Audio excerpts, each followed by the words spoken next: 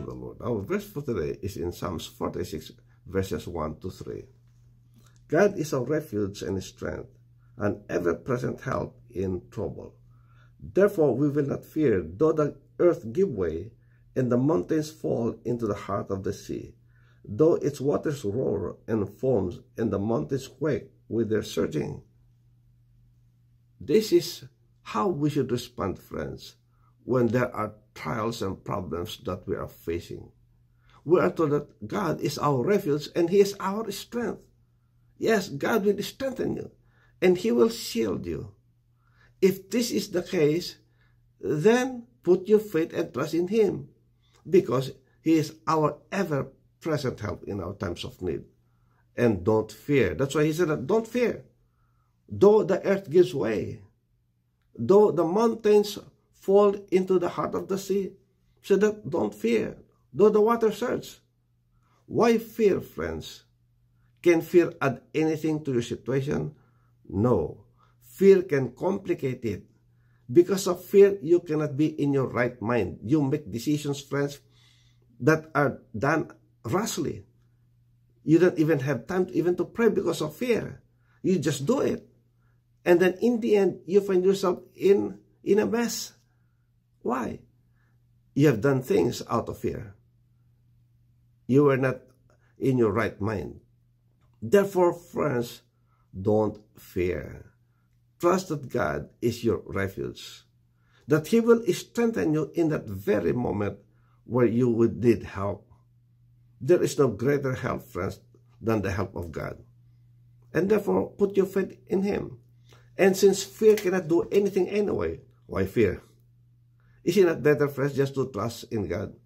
Just to be still and know that He is God, that He will deliver you from all the problems that you have, rather than be full of fear. Meantime, you are full of anxiety, and then it can graduate to depression so that you suffer. Friends, don't complicate your problem. Put your faith and trust in the Lord. He alone can deliver you. Yes, if you assess your situation, it's beyond you to handle it, because it's really a very complicated problem that you have. But to God, nothing is too hard, nothing is impossible. And so why don't you trust in Him? He promised to be your ever-present help anyway. So let's trust in Him, friends. But the moment that we take over, God will not move.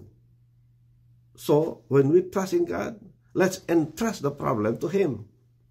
Don't do anything about that unless the Lord tells you to do so. Because if you do something, well, again, friends, it will complicate the problem, because you might be doing out of your fear. But if you trust Him fully, trust that God will do something to deliver you. It's beyond your imagination, beyond your comprehension, friends. Many times God will do those things. Why?